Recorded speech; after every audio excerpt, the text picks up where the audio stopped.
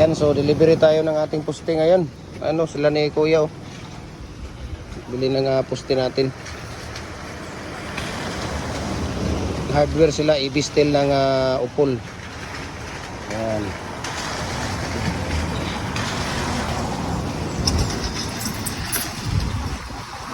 Four by 4 by 7 feet yung kinuha nila. Maulan na hapon.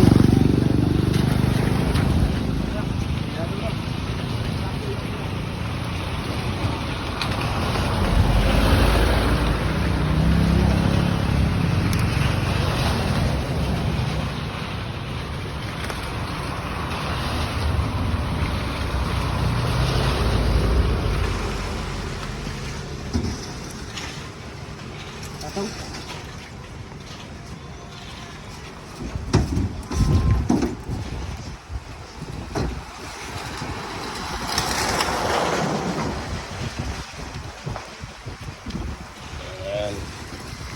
2, 4, 6, 8. Last na yan, Kuya. Doon na yung 8. Last na yan.